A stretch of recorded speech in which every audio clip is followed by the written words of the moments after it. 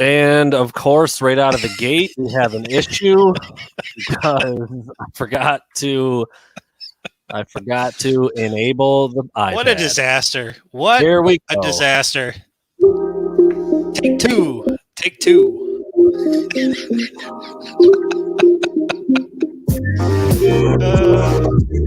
Welcome to the Wolverine Digest podcast, the best spot for objective and authentic coverage of Michigan athletics. Always on time. Coverage of the maize and blue. This is the podcast for you. And now, here's your host, Brandon Brown, joined as always by Chris Breiler.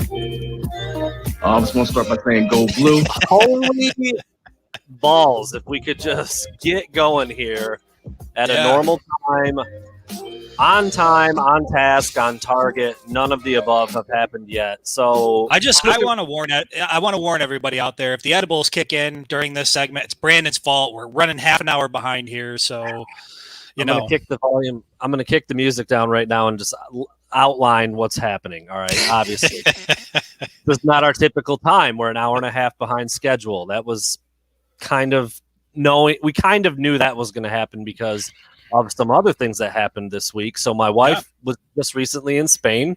She got back on Friday night, picked her up. She woke up this morning, not feeling good, went and got a rapid COVID test, and she got a faint positive, whatever the hell that means. I did some reading. It basically means in order to get the rapid results, they have to amplify a bunch of things. And when they do that, it can sometimes create a false positive or a false negative. So she's got the traditional results coming back tomorrow. But because of that, she's been masking up in the house, and we're trying to keep her away from our almost 2-year-old son. And I'm trying to get him in the bath. I'm trying to get him to bed. He was just at Grandma and Grandpa's all week, so he's flying off the handle. He doesn't want to do anything he's normally supposed to do. Then we come down here. Chris's microphone's not working. I forgot to plug the iPad in. Well, let's take a step back here. First, the audio issues were I couldn't hear you. It turns out my headset was turned down. Got to turn the volume up. You need the volume. Got to turn the volume up. We're here. Once again, hemorrhaging viewers. Yeah, we're ready to roll. Thanks to everybody for hanging in there, the people that are watching now and the people that will watch after the fact. Much appreciated. So and also today was going to be a different day anyways because there's no Michigan game. So yesterday we didn't come on yesterday because of the schedule. We were at Big Ten we were at basketball media days at Chrysler. Got back from that a little later than I thought. Then I had to go pick up my wife from the airport, so that threw off our Friday night schedule. Then tonight, whatever. Okay, we're here. All the stuff we normally do on Friday. Correct, Matthew. Thank you. I'm not on the shitter anymore. I'm back home in my home studio. So that's he finally worked it out. That's excellent. But yeah, so everything we normally do on Friday, a lot of it's predicated on the Michigan game and the preview and our picks and predictions and all that stuff. Well, obviously we didn't have any of that, and then we were going to do like preview stuff for some of the other games in the Big Ten. Well, they're freaking over now. So it's like everything we've been kind of thinking we might do during this bye week just kind of fell through a little bit. So here we are. We know the results of some of the games, which might actually make it better as opposed to doing like preview prediction type of stuff. Yeah. Now we know what has happened and how it played out and how everything looks. And what a weird day in the Big Ten, first of all. We'll get to that in a minute. I actually want to start with the basketball stuff that we went to yesterday. It's fresh in our minds. I put up a couple things from it already, a photo gallery of the guys just kind of going through some drills. Earlier tonight, I put up a story about Moussa Diabate, which, I mean, dude, we saw all the freshmen and we saw Devonte Jones, the 7 newcomers, and I don't know, is it out of line to say that Diabate was the most impressive? I mean, there's a lot to be impressed by several of them, but I mean, as soon as Diabate walked in, I was like, dude looks like he's from Avatar. That's what he looks like. He looked like a athlete waiting to get on the court and just do some fun stuff. That's what he looked like.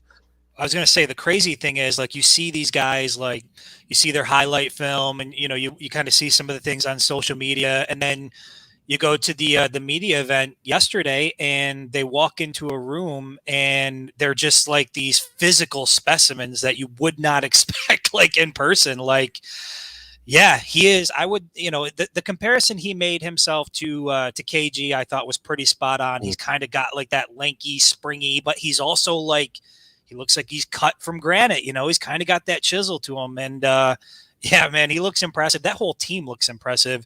Just watching them out on the court yesterday was a pleasure. And they look like they might be a national championship type team. They look really, really, really good.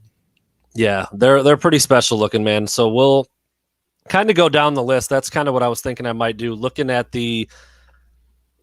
really just the 7 newcomers more closely than, I mean, like, we were only there for 20 or 30 minutes at practice. All they did was some jump shot drills. So, I mean, like, seeing how Brandon Johns has improved from last year to this year, you couldn't really do that. Seeing how Eli Brooks, we'll get into that right now, actually. Eli Brooks was in a walking boot, and Zeb Jackson was also out of practice. He looked fine. I didn't even realize he wasn't practicing until it started, because he was in normal apparel.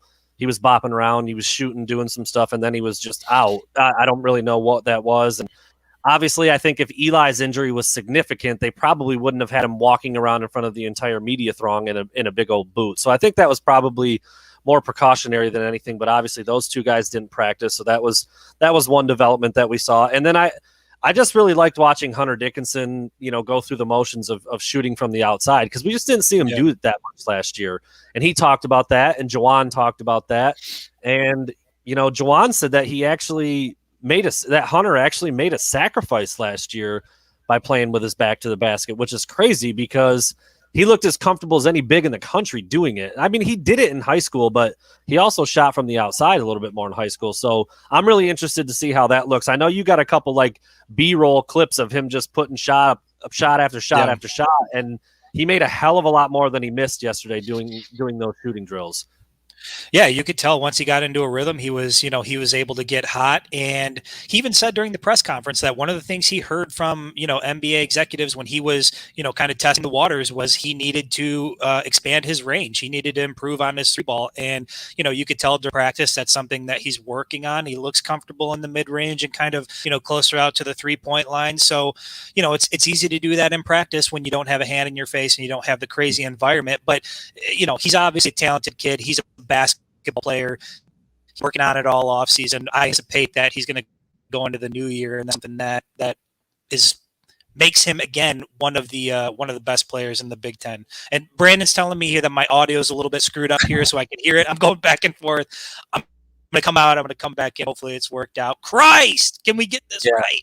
We're having a couple issues here with Chris's audio tonight, so he's going to try to get that fixed. I'll keep talking a little bit about what we saw at basketball yesterday. We just touched on Moussa Diabate already a little bit. He did compare himself.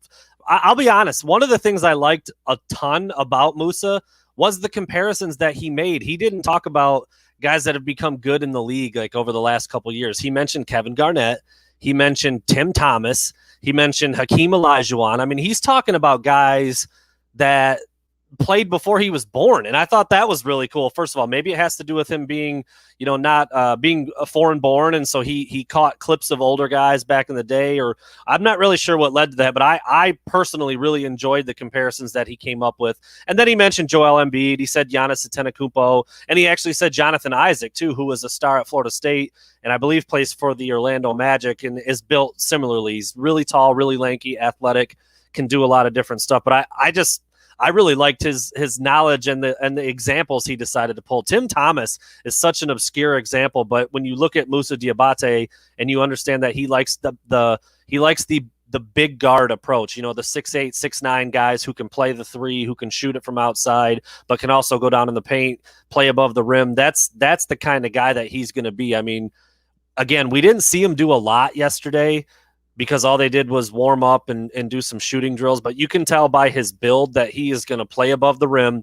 He's going to run up and down the floor like a deer. And his jump shot is really, really smooth. I mean, he's working on it. He admitted to not being as good there as he wants to be. But defense is going to be he's going to be elite at that the second he steps on the floor. And I think his athleticism and the way he's able to run and just get up and down, I think is going to make him effective on offense. And when the rest of the stuff starts to come along, he's got a scary future. He really does. And I love the Kevin Garnett comparison. And I put a write-up about this earlier today. at WolverineDigest.com. I actually think he's a better athlete than Garnett was. Like, Garnett wasn't unathletic by any stretch, but he wasn't necessarily like an above the rim guy. He would dunk on people and he would put up alley-oops and do all that stuff because he was 7 foot tall, but he wasn't like a jump out of the gym guy necessarily. And I think I've heard that about Diabate, that he is a freaky athlete. Again, we didn't really get to see it in person yesterday. You can cut on his high school film and watch him and stuff, but I think it's going to be amazing to see in college, how he compares to some of the other big-time players around the country. And shoot, man, he mentioned this too, going up against a guy like Hunter Dickinson every day in practice. He said not everybody in the country gets to practice against an All-American every day. He said that himself. So I just think the sky is the limit for him. Obviously, Caleb Houston was the higher-ranked prospect, and he's certainly much more polished and much more ready to step in and play right now. But I loved what I saw out of Moussa Diabate, just his physical presence walking around, how determined he seemed to be when he talked about getting better, and then actually watching him shoot a jumper over and over and over and over again. Very repeatable, very smooth, lots of spin, good arc. I mean, he looks like he's got the most potential of anybody on the floor. And that was just in watching him run around and do some jump shots for 30 minutes. I mean, I'm just anxious to see it in the game. I think he's going to be a lot of fun to watch. Chris, you spent a little bit more time with Caleb Houston. You got a chance to hear him talk, and then when you saw him out on the court, you're like, damn, like that kid is put together for a freshman. He's about 6'7", maybe 215, 220, but you thought like, dude, he looks like he's built like an NBA player already. Yeah. Is my audio okay? Do you have me? Is it good? Sounds like it's coming through the computer now, not your microphone. Sounded right, a little more. Let me answer the question, and then I'll work on it. Let me answer the question really quick. So the reality is, I mean, he's built solid. He's thick on the lower half. I mean, his legs look really strong. And same thing with Caleb Houston. Like when both of those guys came walking in at the same time, I was like, damn, these look like some big time players. And even the same thing with Frankie Collins. Frankie Collins clearly wants to get on the court early and often. He said as much during the press conference. I just think this is a really, really special freshman class. And Frankie was asked about, some of the comparisons to the Fab Five stuff, and he gave an interesting answer on that. And I'm going to put up an article about that in a little bit. But yeah, super, super talented, and it's easy to see why people are so excited about the class and about the upcoming season. Yeah, there's no doubt about it. You mentioned Frankie Collins. He looks like a running back. I mean, this is a dude that's not very tall, but he flies off the floor. There was a couple times where he would just literally from like a standing jump would just jump up and basically dunk the ball. I mean, they weren't really dunking it. They were just kind of messing around in between every little shooting drill, just kind of putting a layup up, and he would just spring up and throw it down. I mean, he's maybe 6 feet tall. I don't even know if he's that tall. Really put together. Like I said, looks more like a football player almost than a basketball player. On the flip side of that, Kobe Buffkin is another. I put a star by Moussa Diabate and Kobe Buffkin. I mean, you kind of know what you're getting with Caleb Houston. He was the highest ranked prospect coming in. He's the guy that figures to be one and done, probably. Super smooth jump shot, can do it all. He's a good defender. He can pass. He can run. Really doesn't have a weakness in his game. That's why he was a top 10 player in the country. And Kobe Buffkin he's probably like the fourth guy mentioned out of this class. You obviously have Houston and Diabate, who are like the 5-star guys. Then Frankie Collins is this super athletic, springy bulldog point guard. And then Kobe Buffkin's the local kid from Grand Rapids. I just love the way he was built. Long, lanky, springy, really good jump shot, lefty, smooth looking lefty. He had probably the best looking jumper out of the freshmen, even maybe with Caleb Houston included. And again, it was just 30 minutes yesterday. I'm not saying like this is their entire scouting report, but what we were able to see, his jump shot was just so smooth and so consistent. It looked exactly the same every single time. He was really comfortable coming off screens and catching the ball and shooting. And he's not as big, but he reminded me of Penny Hardaway. That's what Kobe Buffkin looked like to me, a long, lanky point guard who can really put it on the floor, who can really shoot it.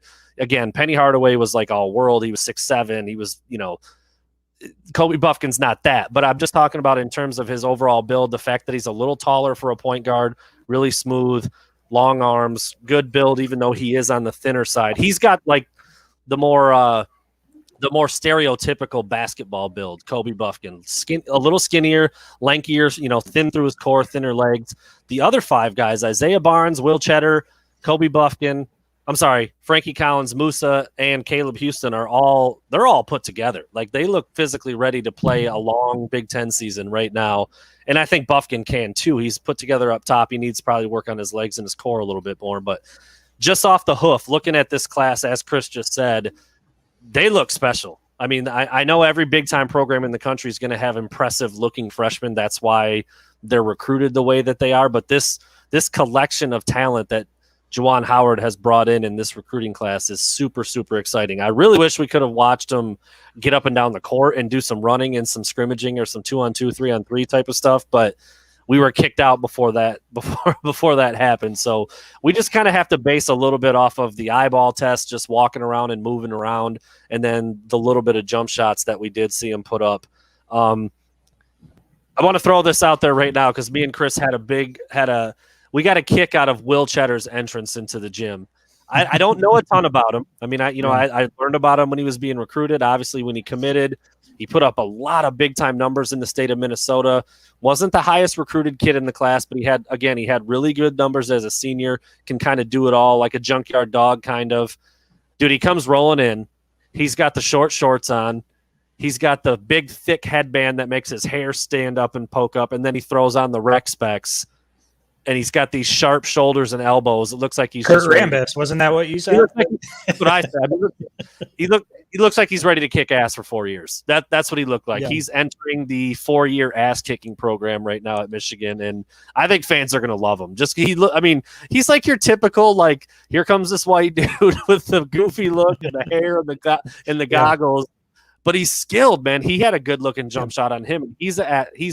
He has a more athletic build than even like Hunter Dickinson or Austin Davis from last year, and he's almost as big as Austin Davis, and because he was out there on the court as well. It was one thing after another with this freshman group, man. And Cheddar probably the least heralded of the bunch. I even found myself like getting pumped about watching him play. Like it's just looking like a really, really fun group of 6 freshmen to get to know this year. Yeah, well, I think overall there's just a vibe among the team, and you could feel it when you were in the gym. You could feel it throughout the press conference yesterday. It's a special group. They feel like they've got something special. They mentioned, national championship aspirations multiple times. I just think again, like when I was sitting in Chrysler and I was watching Juwan sort of walk around and coach these guys, like I know that we report on this stuff, but I couldn't, like the fan inside of me was just like, man, this is so damn cool to just like sit here on the floor and watch this guy walk around and do what he does and coach these guys up. And I just think they're going to have a special team, and I think we're going to be in for a treat. Obviously, a lot to be done on the football field first, but I think when basketball season comes around, it's going to be fun for everybody. Yeah, and then the last newcomer is Devonte Jones, who, obviously a grad transfer from Coastal Carolina, so he's another guy you can put his tape on, and you can look at what he's been able to do and the kind of game that he has. Again, we didn't get to see a lot, but I like his demeanor. I like what the other players are saying about him. His physical stature is certainly bigger than Mike Smith from last year, so I think he's going to be a little bit better suited on the defensive end. He's got a good float game. They talked about that. He's a better shooter than maybe you think.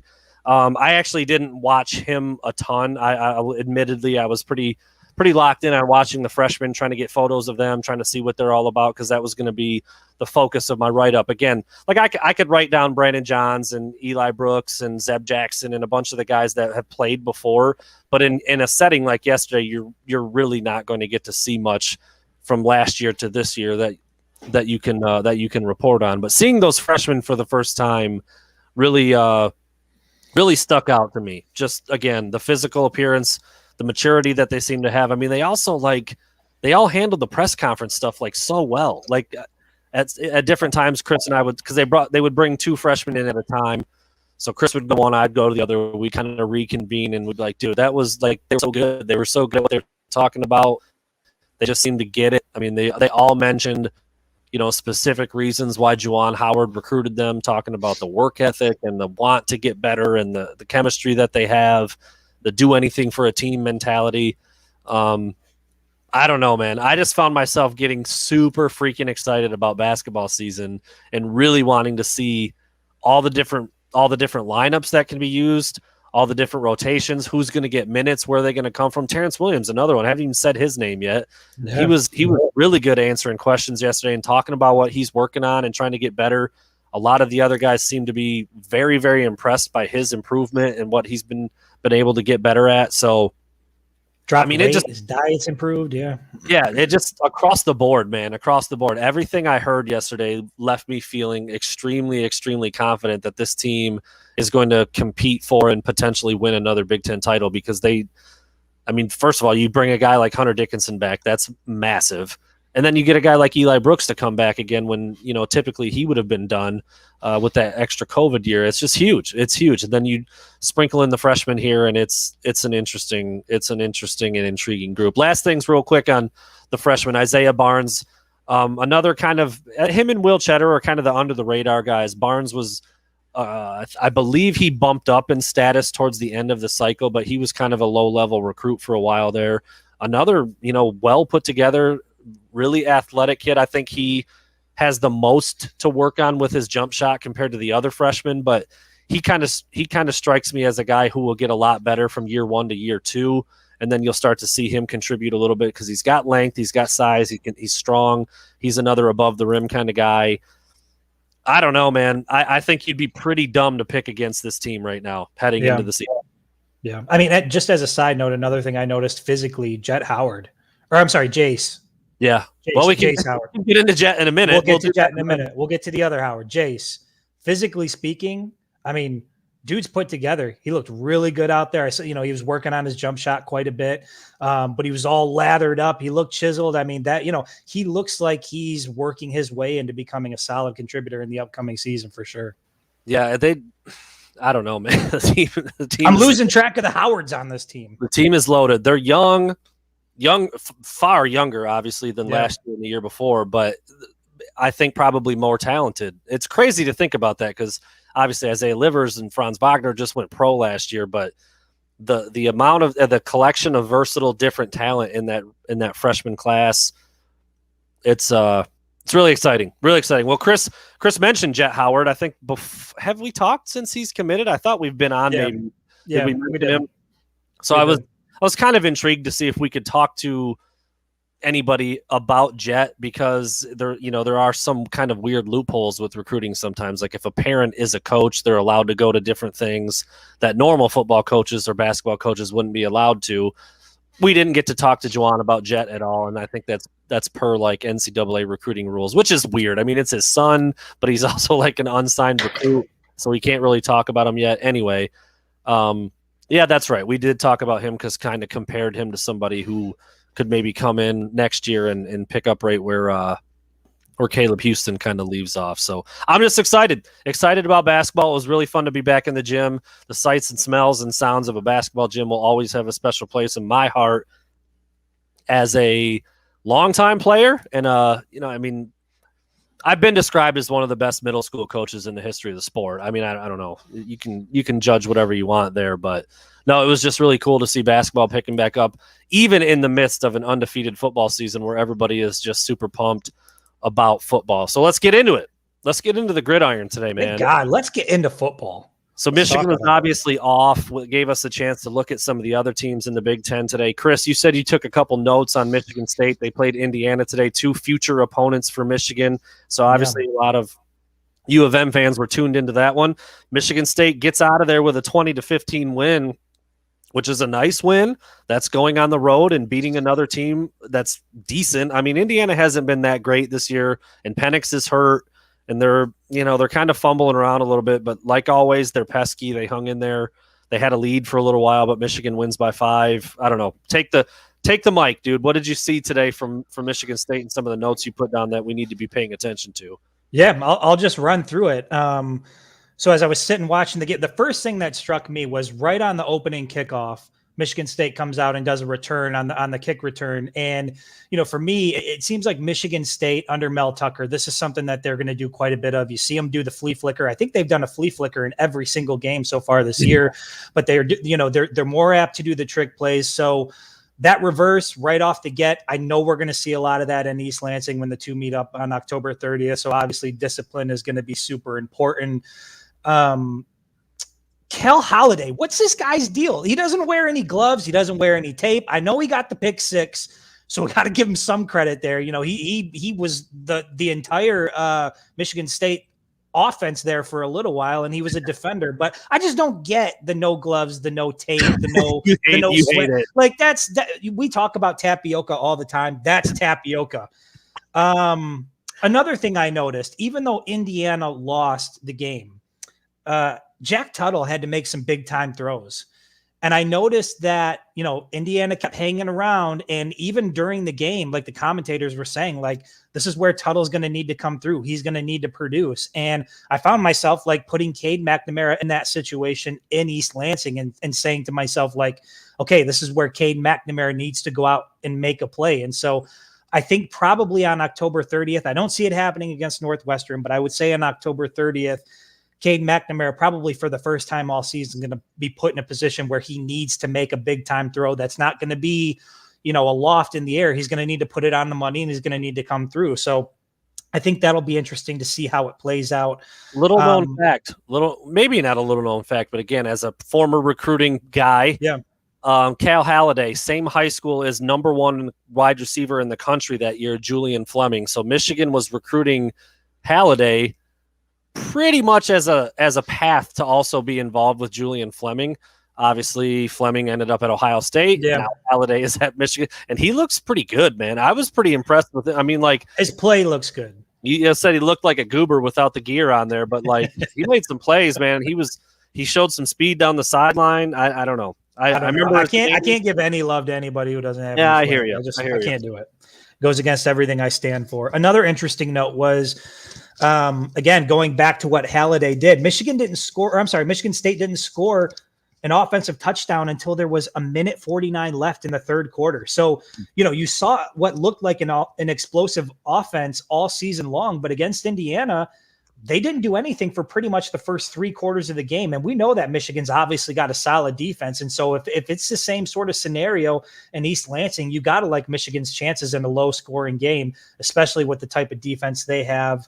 And then I think the biggest thing from that game anyway to take away was Indiana had tremendous success keeping Kenneth Walker between the tackles. They didn't let him get outside. They didn't let him get the big chunk plays. I think he still got something like 82, 85 yards on the day, but he had to carry the ball a lot. He was getting pounded all day long. He was never able to break free. Obviously, Michigan State got the W anyway, so it doesn't matter. But I think the Wolverines, if you watch the game today, which I'm certain they did, you can take some good stuff away from this and say, hey, this is a beatable team. And I know that, like, it's crazy to me. I was thinking about this, like the narrative, especially in the Michigan fan base, has been about how good Michigan State is and how this is going to be a game. And Michigan's pretty damn good too.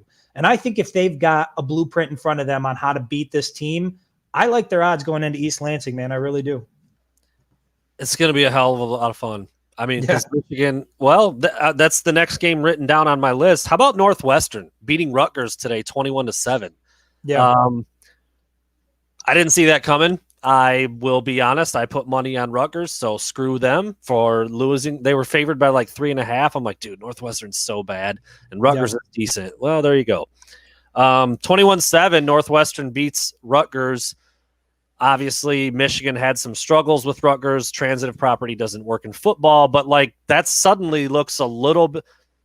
I mean, like Northwestern just got beat by 50 by Nebraska the week before, and then they come out and beat Rutgers. I don't really know like what's going on there, but now Michigan is coming off the bye week. They'll play Northwestern. I think they're going to win by a ton. I had some people reach out on Twitter, and a couple people text me like, "Oh, look at Northwestern now. Is that a trap game?" And I'm like, "No, they're so bad." I mean, this is what I said earlier in the year, though. Rutgers is also trash. They're not good. So like when people were like, "Oh no, that Rutgers team is pretty awesome now." They're awesome now because Michigan only won by 7. I'm like, dude, no, they're not. They don't have anybody on that team that would start for Michigan. None. And so, you know, I don't put a lot of stock in the fact that Northwestern beat them. Like it's 2 kind of bad teams playing and one of them wins. I mean, that's really all I see there. I mean, I remember thinking when Nebraska beat them by 50, I was like, dude, how does that happen? How does that happen? Because Nebraska's not very good either. It's just that's football, man. That's football. And then you move on to Purdue freaking beating Iowa, and you're like, what the hell is going on? Unreal. And not just beating them, but going to Kinnick and beating them convincingly. Like that's just that was going to be, that's one of my questions. Like we saw what Indiana looked like. Obviously Michigan's off with the bye week. We saw what happened between Purdue and Iowa. What would you say at this point? Like, what do we know for sure about the Big Ten Conference?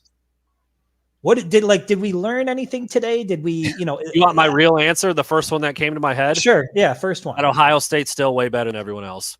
Okay. That's what I think. I mean, I know they lost to Oregon. Sorry, everybody. That's what I think I've learned. I mean, I know Oregon beat them earlier in the year. I think a rematch would go in Ohio State's favor pretty convincingly at this point. Now that Stroud has kind of figured some things out, but was that showing between Michigan State and Iowa, 2 top 10 teams? Was that a bad look for the Big Ten today, or does it speak more to the fact that this is just a really competitive conference and that anybody can be knocked off? I mean, where do you? So you think it's the former? You think it's that Michigan or the conference just? I think it was a really bad day by Iowa, okay. And I think Michigan State's still flawed. I think they've done some good things this year, but that's still not like a loaded team talent-wise. So on a bad day, or when a team really plans well against them, like they can struggle. Like they have struggle built into them because they're just not that talented yet. That's not a knock on them. I mean, dude, they're 7-0. They're the only team in the country that's 7-0 as of right now. I think there's a couple more that can get there in the second half of games right now. But isn't that crazy? I feel it's the same thing with Michigan. Like Michigan State 7-0, Michigan 6-0. They're both top 10 teams, and we're looking at them like, man, these two teams are really flawed. Like they've got some serious things that can trip them up. And I just, I wonder if there's ever. I'm starting to wonder. Like I look back at the season, and I know things change, and there's variables. Things get hurt. Teams aren't as good as you think they're going to be, but I'm wondering when is going to come the point in time in this season where I look at this Michigan team and say, okay, they are it. Like I feel like they are there now, but even now I'm not like 100% there. And now I'm looking at like Michigan State's going to be the real test, but first it was Washington, and then it was Wisconsin, and then it was Nebraska. And it just keeps the goalposts keep moving for me. And I don't know why that is. I can't figure out why that is. Maybe I'm just a hater. Speaking of Nebraska, they lose to Minnesota today, 30-23. It's like, all right, well, cool. So here's a bunch of teams or a couple teams that Michigan beat, not convincingly, losing to teams today that are far worse than Michigan. Rutgers. But I think that's more indicative of the Big Ten, though. I don't put that on Michigan. I think that's more of like some of these teams will just come out and they'll ball out on any given Saturday. I choose to believe that, Brandon. I choose to believe. I don't. I choose to believe. Don't do it. No, that's not. No. No. A little slurpy. It's a little slurpy. How is that slurpy? No. How is that slurpy? So wait. So hold on a second. So wait. No, because this. Oh wait. No, hold on. This is a bad example. What I was gonna say is. So you mean to tell me that the game between Michigan and Rutgers went the way it did in the second half because that was more a product of what Michigan wasn't doing versus what Rutgers was doing, and obviously that was the case. So I was good. Yes, that's what I'm saying. I was going to make a point that would have defeated the point I was trying to make. So. Yeah, well, that's what happens when you start speaking the truth. You might you might contradict yourself. No, look, man, like I just think like people who were I could not get a listen. Rutgers is better than Cody Ingle's a liar. Cody Ingle's a liar. Yes, it is. It's a little surprising. You didn't have who had them 6-0. Nobody had them 6-0, but I mean even me who thought they'd finish the year at 7-5 thought that at this point 5-1 was very realistic. I thought you had them at 4-2. I did. I thought Washington was like a toss-up before the season started. After week 1, I changed, and that was going to be a win. And then Wisconsin. That's it. So, I mean, they're at the very, very worst that I thought they would be. I thought 4-2, and they're 6-0. Well, we even started to think that Nebraska game, as time went on, you kind of thought that might be a trap game headed into the bye, and it turns out it almost was. The only prediction I've been wrong on this year, and is Wisconsin. That's it. before the season started, yes, Washington was an L for me, but after week 1, both teams, seeing them, I changed. I picked Michigan. But not your preseason predictions. No, not the preseason ones. I mean, those are, they're preseason for a reason. You haven't even seen them play yet. But no, I mean, like nobody had them 6-0, and I still think though the Rutgers game specifically, that game was close because of how Michigan played in it, not throwing the ball, running in the pile over and as over. I was saying it, that was what came back. I was like, yes, of course, that was all self-inflicted. Like I remember sitting in the press box saying, why is this what we're doing? So yeah. So, but hey, not the same case for Nebraska. Though. I'll give Nebraska more credit. You can look at the flip side of the coin just as easy and say, well, Michigan doesn't have any of those shitty trip-up losses. There's value in that. There's value in winning every game that you've played so far, no matter who it's against. Nobody in their right mind picked Purdue to beat Iowa today, and they did, right? So, like, there's value in what Michigan has been able to do because you were in a close game against Nebraska on the road and you won it. You went into Wisconsin and you pounded them. You handled Washington, another Power 5 program that was pretty darn good last year. They haven't been very good this year. And then Rutgers was scrappy, and I don't like the game plan, and it got a lot closer in the second half. But at the end of the day, they ate a W, in the words of Jameis Winston. So, there's value in the way that they've been able to win, and the fact that they've won every game they've played. There's no doubt about that. If it was that easy to do, then there'd be a lot more teams that were undefeated still, and there isn't. Yeah. So, but to your original point, I don't think the Big Ten is like just so good top to bottom that they're beating up on each other. I don't think Northwestern's good at all. I don't think Rutgers is good at all. I don't think Purdue's good at all. I think Iowa's limited because they don't recruit well and they don't have, top flight athletes or a game changer at quarterback. I think Nebraska, I don't know what the hell Nebraska's doing. Scott Frost is a bird. He should be on the next boat to Cuba right now. I mean, send him away somewhere. Yeah. And Minnesota's kind of like that middling program that I think just, kind of hangs around a little bit here and there. Indiana, without Penix and trying to figure some stuff out, they're like Minnesota. They don't recruit that well. They've got a good player here and there. Their game changer at quarterback is out. That severely hinders what they're trying to do. And Penix wasn't really that good before he got hurt again this year. And then Michigan State, they're punching above their weight right now. They don't have a ton of like next level talent, but Mel Tucker's believing and they're confident and they're everything that they're like, oh, we're pretty good at this. They do it to death.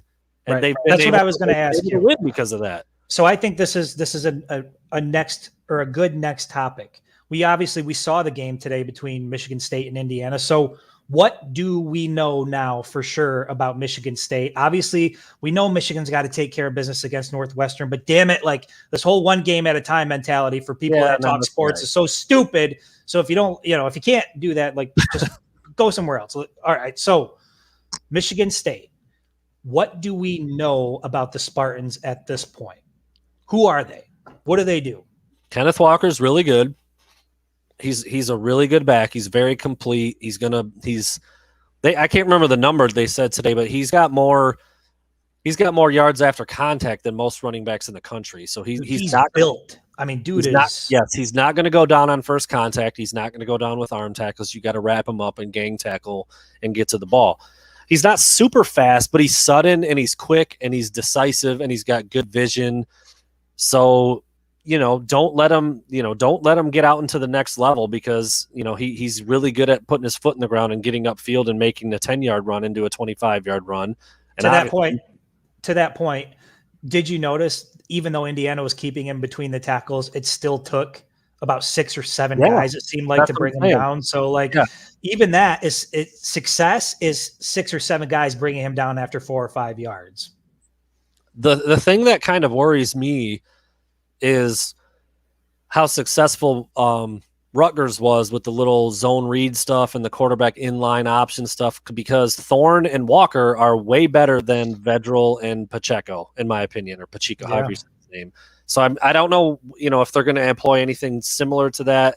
I think that Jalen Naylor and Jaden Reed are the real deal. They both have elite speed in the Big Ten, and they they press the ball down the field. And I don't know why more college teams don't just do that, because everything built into the game is to their advantage. The quarterback stands in the pocket and he gets tweaked in the face with a finger, it's a 15-yard penalty. If the DBs don't get their head back for a split second, it's a PI or a holding. I mean, like, everything is geared towards the offense to have success. That's why it's always been so frustrating that Michigan doesn't push it down the field more often, even if it's not a catch. I mean, like, you know, Bo Schembechler's old adage is like, I don't like throwing the ball because only 3 things can happen and 2 of them are bad. Well, maybe in 1969, but not anymore. There's like 7 things that can happen and like 5 of them are good. So I really think that offenses are capitalizing on that, and Michigan hasn't done that. We've been over this a million times. All the weapons they've had at wide receiver that have been wasted because of that approach. So Michigan State, I think, just has some guys on their staff that are like, dude, it works most of the time. Let's just do it a lot. Hence the flea flicker every single game. And Jaden Reed's averaging like 22 yards a catch, and they throw it downfield to him and to Naylor and to Trey Mosley. They've got 3 good receivers that can make plays down the field. You know, Peyton Thorne is athletic enough to hurt you with his legs, but he's also terrible haircut though. Terrible. What the hell is that? What is that? Throws a good deep ball. Their defense is scrappy and feisty, and they don't make a lot of mistakes. Even though I don't know, man, they're tricky to figure out, because when you look up and down the roster and you're like, they just shouldn't be that good, but there they are at 7-0, and Tucker's got them believing, and they're calling things on offense that I'm like, God, that was kind of a nice play. Like, I like that play call. I like that play design. They do that quite a bit. I find myself saying that more. I mean, I'll put it more than I do when I watch Michigan. That's the honest truth. I haven't watched a complete game of Michigan State until today, but the times that I have caught them, I've seen them do things, and I'm like, that's a good play.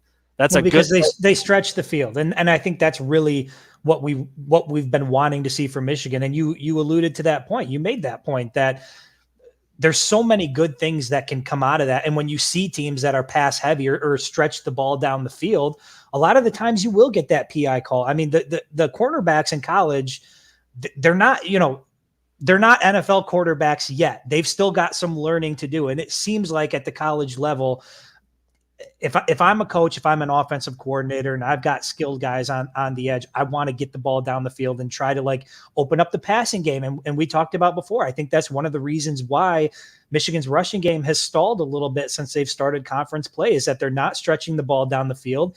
Defenses know that they want to get the ball to Corum and Haskins and run heavy. So they're stacking the box, and 112 yards is the result. So Michigan State is way better than I thought they were going to be. Obviously, at this point in the season, I think everybody would say that. And this game, October 30th, if Michigan can take care of business against Northwestern, I can't. I mean, this has never happened in our lifetime, right? Not since the 60s, I think, the early 60s, where they were both ranked in the top 10. So, this is a little bit of history we'll be seeing, and I can't imagine the energy that's going to be in that stadium.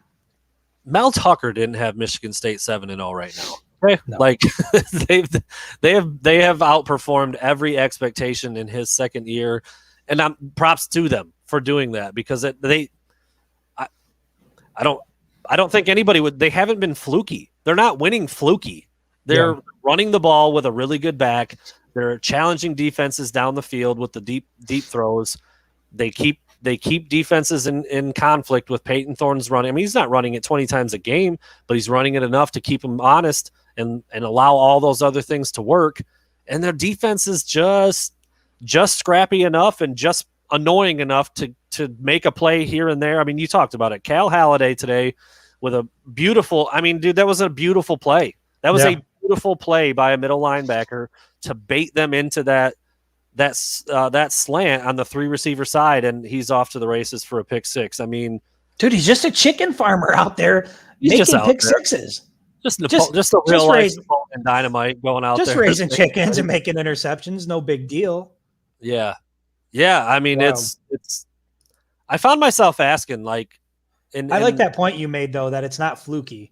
And I feel like that's what it's been with Michigan State a lot recently, like with what happened against Michigan in 2015, or you see what happens against Nebraska, where it's, the Hail Mary. Like, seems like Michigan State traditionally in recent history has gotten a lot of favorable bounces you're right, that hasn't been the case this year. And I think that's what makes them a little more scary, is that they're doing it in a way that kind of looks legit, like they're a for real team. And you just have to look at them a little bit differently. And yes, let's toast media. Michigan State does have a bye next week. So Michigan had theirs this week. I keep saying tune-up game against Northwestern. Maybe I'll back off of that just a bit. I still expect Michigan to win by a lot, but I didn't think they'd even contend with Rutgers today. I really didn't, and they beat them by 14. So we'll see how that goes. And now Michigan State gets to go into its bye week sitting on 7-0, as confident as any program in the country. Literally, like the way they're playing and the things that are working for them, I feel like they probably think they can win any game they play. Well, I was gonna ask you, that was gonna be the team.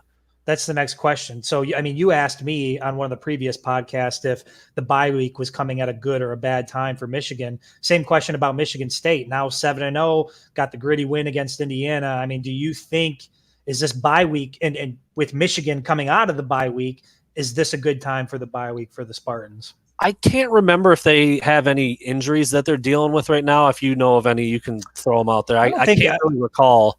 Not that I know of. It didn't look like anything significant. It looked like they had all their horses today. So yeah. So, I mean, if anybody out there that's listening knows, you can throw it in the chat. We'll address it when it pops up. But I think Michigan's bye is in a better spot than Michigan State's. I do. I think the way that they're playing right now, and they're winning and they're winning and they're winning and they're rolling, and now they got to take a break, and then they jump right back into a game with Michigan. It is a home game that helps. I think a road game off of a bye is even worse. But I think being at home, they'll be working, and they've had this one circled all year. They have, and now even more so. I personally think that Michigan's bye is in a better spot than Michigan State's, but it's minimal. I don't think two full weeks to prepare for the Wolverines. I don't know. Yeah, I don't know if I like it. I don't know if I like it for Michigan. It just feels. Point. It's like preparing for the Super Bowl for them. You know what I mean? They know that this is going to be all eyes nationally are going to be on East Lansing when the two meet. It's going to be a top 10 matchup. And then you already have the hatred and the rivalry on top of that. I just think with 2 weeks to prepare. To both of our points right here, the way this offense struggled today, a bye is at a bad time, because they would want to get out there and tune that up and figure out what. I mean, I think there's a lot of ways you can look at it. Thanks for that comment there, D. Brown. That's a good point. It's a really good point. I mean, buys can certainly be good and bad. I think any coach and player would tell you that. And I think Michigan's is like, I was just finishing my sentence. I think Michigan's is in a slightly better spot, but it's minimal. It's not, if Michigan State comes out and if Michigan beats them in that game, I think if anybody blames it on the bye week, that's bullshit. Like it's not like that. But I think if I was picking one, it would be different if it wasn't Northwestern this week. If it was like Nebraska or Wisconsin, right? I would be like, nah, dude. Like I'd rather have like Michigan having a bye and then Northwestern and then Michigan State. I think is about as ideal as you can ask for. Yeah. And Michigan State's was close. It was flipped. Instead of having bye, team you should beat, and then a big game, it was team you should beat by, and then Michigan. So I don't know. I think it's minimal, but if I had to pick, if it was my team, and again, knowing that Michigan does have a few injuries they're trying to get through, I like the way that their schedule lays out a little bit better than Michigan State's, but it's very, very minimal. It is. I think both teams are just going to be on the juice that week. It is even going to matter. They're both fan bases. I mean, this is going to be. I'm very, very excited for it. I believe that Michigan. I don't think there's any sort of danger of Michigan looking ahead. Again, they seem like they're a well-coached football team. I think they're going to be locked in. I think they know what. All of this is predicated on the fact that Michigan's going to handle their business and go into East Lansing as a top 10 team as well. So I think they're hungry for it. I think they want it. I think they get it done against Northwestern. And then, the electricity leading up to it. I mean, if you see the chatter already on social media between the two fan bases, has been raging for like weeks already, debating over like Blake Corum and Kenneth Walker and whose record is and whose schedule is tougher. And I already saw some weird stance on Twitter, and I guess I'll ask you about this since you kind of just brought it up. I don't remember who it was. I'm sure it's been multiple people that have said, can't they just skip ahead? Like, why does there even have to be a bye? Why does Michigan? Let's just play it right now. It's going to be so annoying seeing all the things that are talked about from now until then. I'm like, no, it's not. It's going to be freaking hilarious and amazing, and like the buildup is going to be incredible. Like, and then you get to freaking settle it on the field after 2 weeks, jaw jacking and watching each other play on an off week. Like, I don't know why anybody would not enjoy that. I mean, isn't that what this is all about? Like, to me, it's like whenever somebody is like, well, you know, you got to win first or let the game play out first. It's like, why would I do that? I love the trash talk leading up to it. That's what creates the environment and the electricity of game day. If there was no back and forth, if there was no discussion, if there was no storylines, there would be none of this excitement. So yeah, I mean, don't avoid it, embrace it. Especially, I mean, guys, given the fact we went almost 2 years without regular, normal college football and everything that comes, like, why would you ever want to deprive yourself of what makes this game so damn great? Immerse yourself in it, inject it into your veins, talk shit, be a college football fan. I know you stay away from Twitter for this very reason, but Twitter is awful. Have you had any Sparties? Have you had any Sparties jump in on you since posting anything this week or this past few days? I think I did have a couple of Sparties come at. You know, it wasn't anything too hard. I can't remember what I posted. It was the upset alert at halftime. That's what it was. And I think a couple of them had a couple of things to say. It's, you know, I don't know.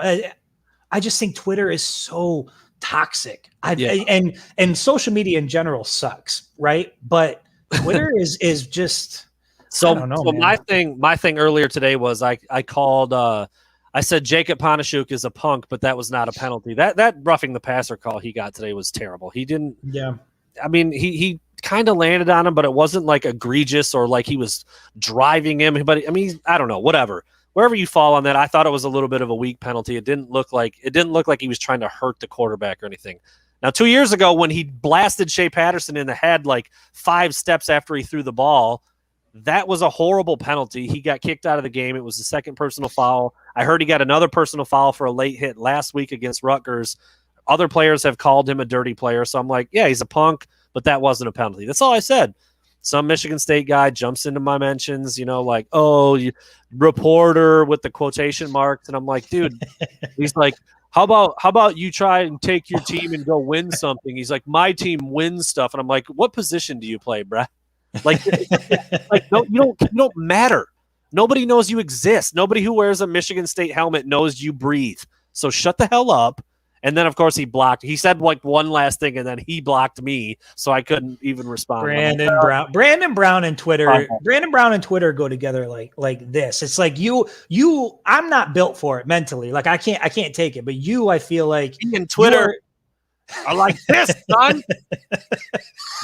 No, you are built for the Twitter environment. There's no question about it. It's a necessary evil. It is a necessary evil. I mean, I've said this my whole life. I mean, I've been told by multiple teachers and people, adults and peers of mine, that I needed to do something, you know, whether it was like be a lawyer or something where I could argue for a living because I like to do it. I'm good at it. I have a quick tongue. I will tear your ass up before you even know what to say. I was a small kid. I wasn't fighting anybody, but I could make you feel like an idiot by saying stuff to you. I've always been that way. And with Twitter, I can't stop. Like if somebody says something to me that's just way off base or stupid or inaccurate, I've got to correct them. And I let them know that. They'll say like, why do you want to say anything to me? Like, aren't you supposed to be a reporter and in the media? And I'm like, yes, but I think it's the teacher in me. I don't like stupidity. I'm trying to fix your dumb ass.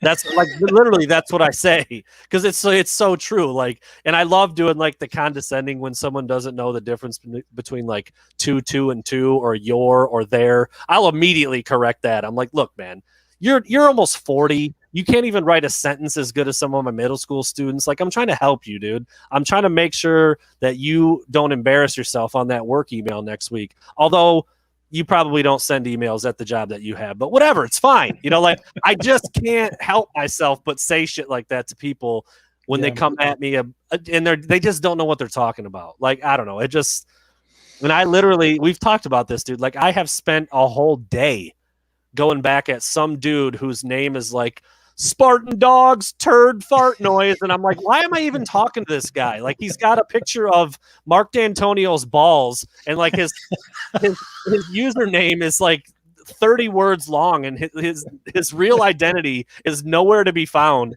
Why am I talking to this guy? What is wrong with me? You know why you're talking to him? Because they know they can get that out of you. You just you're like that same fish that keeps getting reeled in. You know what I mean? Dude. I love a big fat worm, dude. Throw it to me. I'll get after it every time, bro. And we'll be taking that. We'll be taking that little segment there. I just, like, and I think my demeanor changes. My wife will be like, "You're beefing with someone on Twitter, aren't you?" Like, because I like sit over in the corner of the couch and like I'm not talking. I get like into this. He's at it again. Yeah, I actually have gotten better, but I still will go at people. I have gotten better. There's been a lot of times where I just let it.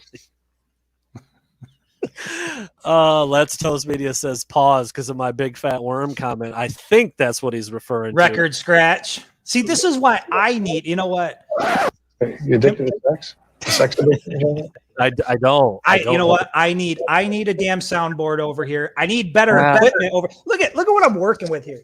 My you see this?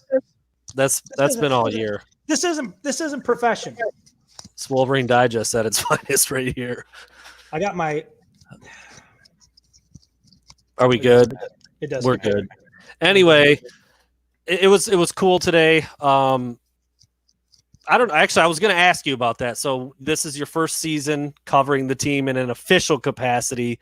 What was a bye week like for you this week, man? I know in the past I've always felt like when I was covering recruiting, away games were kind of like a bye for me because there were no visits. I didn't have to do a bunch of reaction type of stuff. A little different now that the beat in the team is more of my focus and our focus. But without a game today, we were kind of chilling a little bit. Still wanted to do this. Still wanted to look at some of the games that were on and talk about it. But what was your first bye week like today?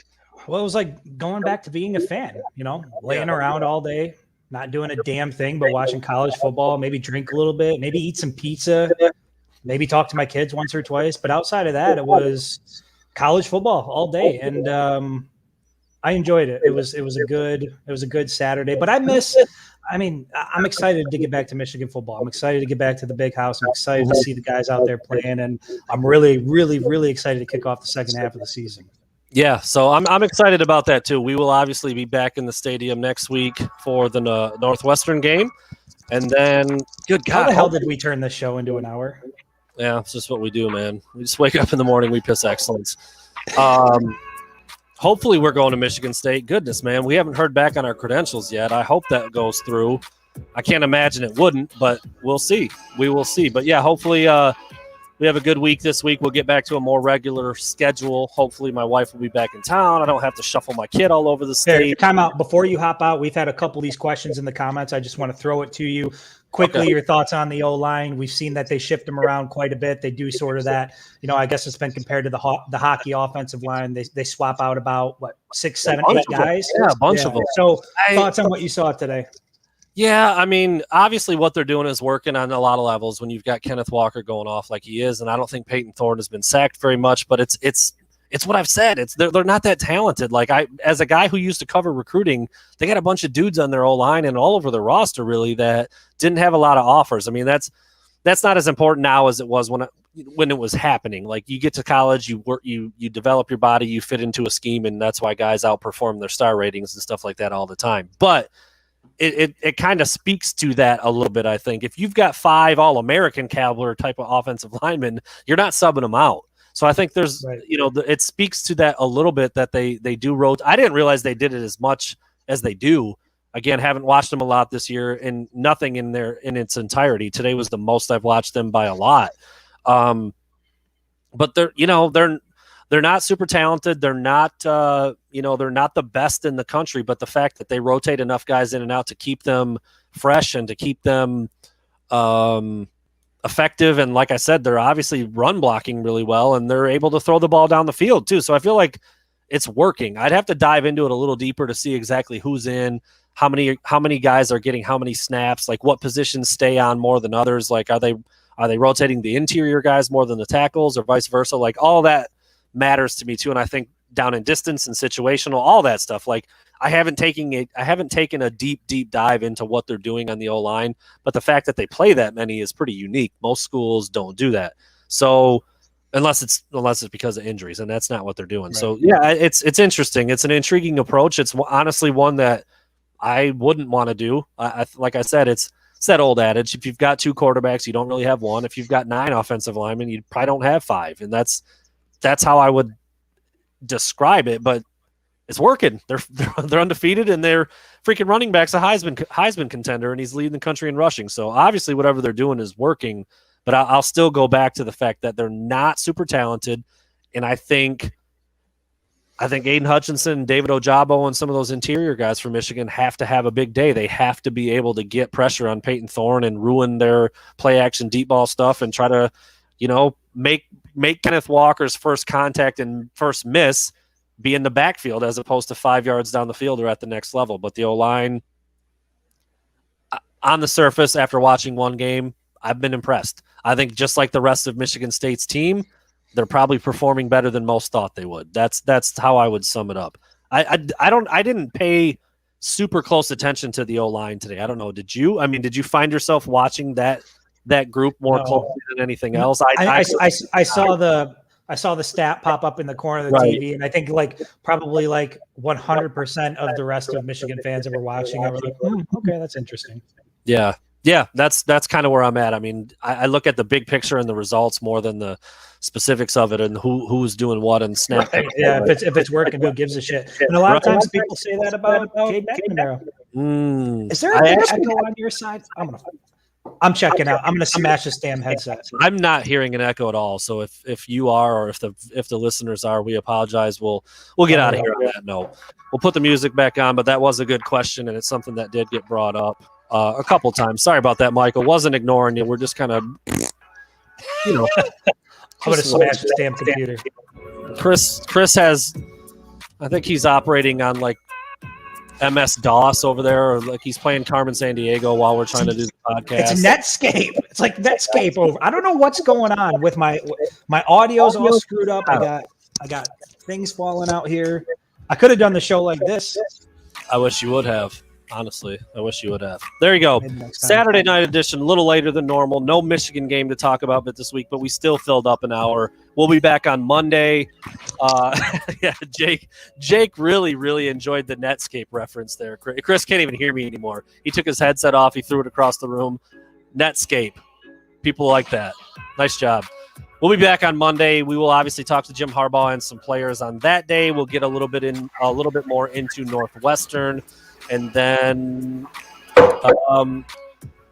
talk a little bit more about what we expect from Michigan during the second half of the season and in that game against Northwestern.